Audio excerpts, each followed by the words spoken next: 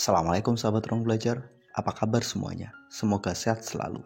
Ketemu lagi dengan saya Eko Prasetyo, selamat datang di channel Ruang Belajar.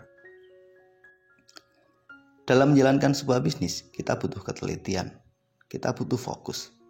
Tanpa itu semua, kita punya potensi untuk melakukan kekeliruan kecil yang ternyata punya dampak yang sangat besar.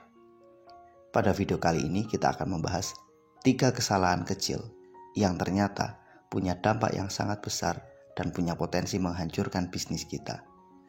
Apa saja ketiga hal kecil tersebut? Tonton terus video ini sampai selesai ya.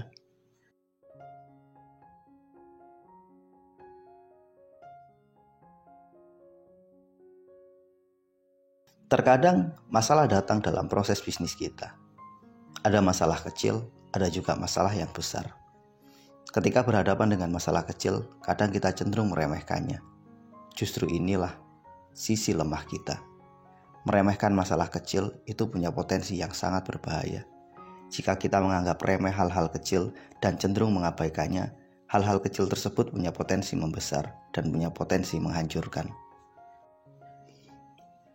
Pada akhirnya, apapun masalah yang kita hadapi, baik kecil ataupun besar, cobalah untuk serius menanganinya. Cobalah untuk fokus melakukannya. Jangan meremehkan hal kecil, jangan menganggap sepele. Karena ketika kita menganggap sesuatu itu kecil, menyepelekannya, maka kita sedang menumpuk dan mengumpulkan masalah-masalah kecil itu menjadi besar. Kita harus proporsional dalam menempatkan sebuah masalah. Jangan meremehkan, juga jangan terlalu overthinking. Apapun masalah itu, analisis dengan jernih, temukan sumbernya, kemudian cari solusinya. Setelah itu kita fokus pada solusi, pada bisnis yang kita hadapi. Jangan terlalu mengabaikan masalah-masalah kecil. Juga jangan terlalu menganggap besar masalah-masalah yang sebenarnya juga nggak terlalu besar. Proporsional dalam menempatkan masalah itu penting buat kita sebagai pebisnis. Jangan overthinking, jangan berlebihan, tapi juga jangan meremehkan.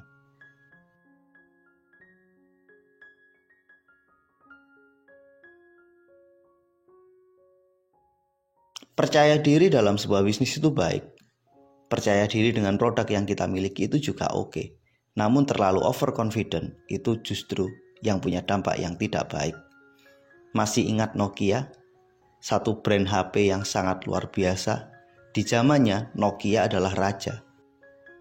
Namun Nokia melakukan satu kesalahan yang sangat mendasar. Ia terlalu percaya diri dengan produknya. Ia meremehkan para pesaingnya. Pada akhirnya Nokia mati, tinggal sejarah. Sebagai sebuah brand HP, ia telah selesai. Ia sulit mendapatkan tempat. Itu karena Nokia terlalu overconfident, terlalu menganggap dirinya hebat, terlalu menganggap produknya luar biasa. Akhirnya ia tidak mampu melihat secara objektif celah dan kekurangan pada produk yang dimilikinya. Pelajaran ini penting kita ambil, bahwa dalam melihat produk kita harus objektif. Jangan terlalu overconfident, terlalu percaya diri dengan produk yang kita miliki, punya potensi menjerumuskan kita, tidak peka terhadap kelemahan produk, tidak peka terhadap apa yang harus kita perbaiki.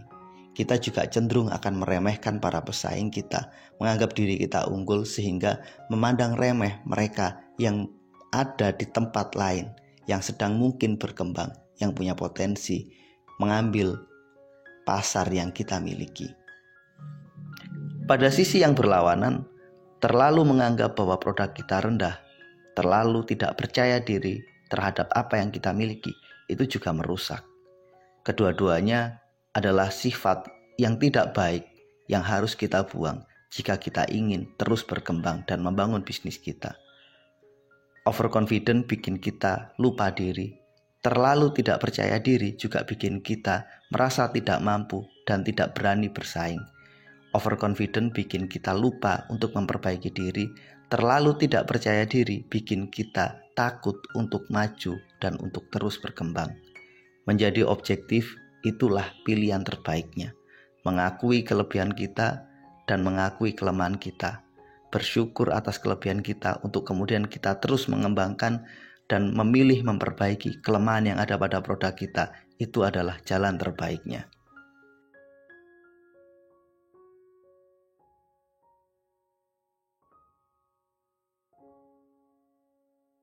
Transformasi itu adalah kepastian. Ketika kita berhenti melakukan inovasi dalam sebuah bisnis, maka bersiap-siaplah untuk menuju gerbang kematian. Setiap bisnis itu punya masa, punya umur. Jika masa dan umur itu telah hampir habis, pilihan kita cuma dua. Kita memilih untuk mati ditelan oleh masa atau melakukan transformasi. Transformasi adalah pilihan paling logis. Transformasi dimulai dengan proses inovasi. Berhenti melakukan inovasi berarti berhenti melakukan transformasi. Artinya kita sedang memilih untuk mati. Pada akhirnya, para pebisnis yang memilih untuk berhenti melakukan inovasi, mereka sedang bersiap menuju satu jalan, yakni jalan kematian. Maka pilihan paling logis yang harus selalu kita pilih adalah terus beradaptasi, transformasi, dan melakukan inovasi. Melakukan transformasi memanglah tidak mudah. Kita dapat melakukannya dengan beberapa cara. Pertama, kita melihat sisi lemah produk kita dan kita jadikan itu sebagai fokus transformasi dan inovasi kita. Dengan kita melihat sisi lemah produk kita dan kemudian kita berkomitmen untuk memperbaikinya, maka kita punya cara, kita punya inovasi untuk meningkatkan dan memperbaiki kualitasnya. Kita juga dapat melihat selera masyarakat hari ini. Lakukan inovasi menyesuaikan dengan selera masyarakat kita, menyesuaikan dengan selera konsumen kita. Ini juga salah satu pilihan lain yang dapat kita tempuh sebagai cara untuk memulai sebuah proses inovasi. Cara lain yang dapat kita lakukan dalam proses inovasi adalah melihat para pesaing kita. Kita berguru pada mereka, apa yang sudah mereka lakukan. Kemudian pikirkanlah beberapa langkah lebih maju dari apa yang mereka lakukan. Ciptakan satu imajinasi produk yang lebih dari sekedar apa yang kita dapat dari para pesaing kita. Menjadi lebih baik selangkah itu penting agar kita tidak ketinggalan dalam proses melakukan inovasi. Itulah 3 kesalahan kecil yang punya potensi merusak dan menghancurkan bisnis kita. Mudah-mudahan video ini bermanfaat. Sampai ketemu pada video kami berikutnya. Terima kasih telah menonton. Assalamualaikum warahmatullahi wabarakatuh.